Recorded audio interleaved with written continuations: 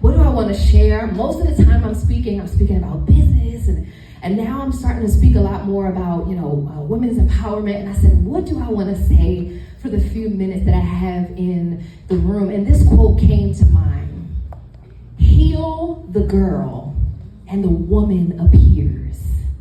Yeah. Heal the girl and the woman appears. I gotta be honest with y'all, when I first heard that quote, it kind of rocked me to my core, because when I first heard it, I was in a space, in a moment where I was realizing that the person that was keeping me from living my best life and experiencing all of the wonderful things that I dreamed of was looking back at me in the mirror. Wouldn't it be so easy if it was somebody else? Because we could get mad at them, we could cancel them, we could do whatever we needed to do. But the truth is, that person was looking back at me in the mirror. I couldn't cancel her. But I realized something else. I realized that even though I'm standing here, fabulous 40. Yes. All right. She's not 40. The woman who is keeping me from living my best life, she's not 40. She's 5. She's 12. She's 16. And every woman in this room, and y'all look good, okay? And every gorgeous, amazing woman that I'm looking at in here, there is a girl that's still inside. Y'all know her? Yeah. She remembers everything you have ever experienced, even some things that you don't remember. It amazes me sometimes when I talk to my brother. Thank God for siblings. But only child is special too. Only got one child, so amen. Right? Amen. But sometimes I talk to my brother and he'll tell me about something I went through as a kid, and I'm like, for real? I don't even remember that. But you know who does remember it? Little Tiffany. And so every time I experience something that reminds me of that, she shows up. Even if I don't actually remember what happened, she remembers. Y'all know it. We call it being triggered. I feel triggered.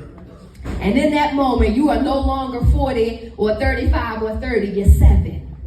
Because the 7-year-old is like, I remember that. We're not going through that again, right? Yeah. Have you ever gone back to like your elementary school or like the playground where you grew up around, but you went there like as an adult?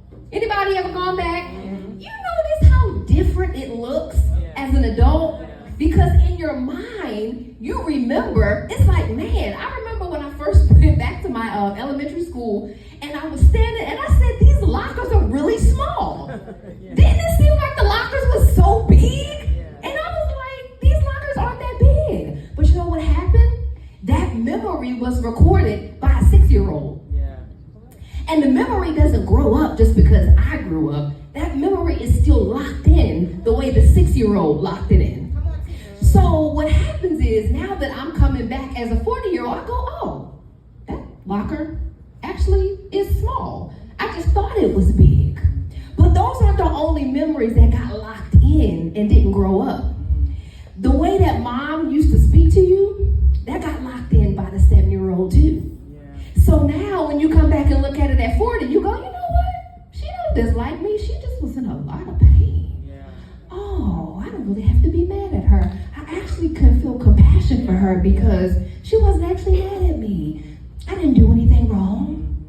You locked in some memories as an 8-year-old, but then when you get to come back and look at it, you go, my father ain't leave because of me.